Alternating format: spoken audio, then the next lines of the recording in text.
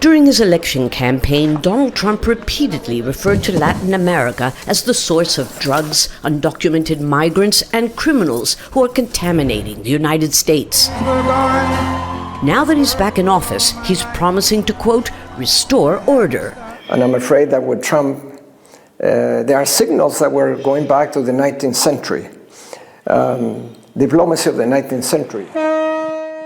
The former Chilean foreign minister is referring in part to Trump's threat to take back control of the Panama Canal, by military means if necessary, a threat that's triggered condemnation throughout Latin America.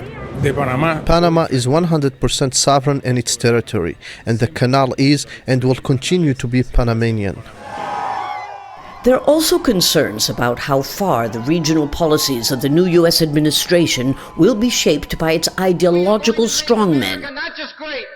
Secretary of State nominee Marco Rubio and his special envoy to Latin America, Mauricio Claver Carón, both Cuban Americans.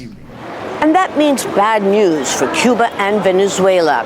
But ideology aside, restoring order in Latin America, as Trump says, means reducing the enormous influence of China, whose massive investments in this region have displaced the United States. During his first administration, Trump sent senior officials to Chile, Brazil, Argentina, and Peru to insist on his belief that Chinese capital spreads corruption and erodes good governance in the region. This time round, pressure to cut China out is expected to increase. I think we have to be prepared for a permanent reality show. A situation of many criticisms, of many upheavals, of statements that later may or may not be followed up.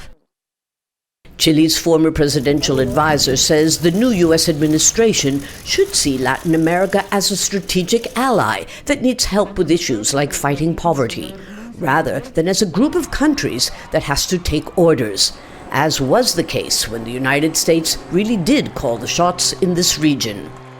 Lucia Newman, Al Jazeera, Santiago. Make sure to subscribe to our channel to get the latest news from Al Jazeera.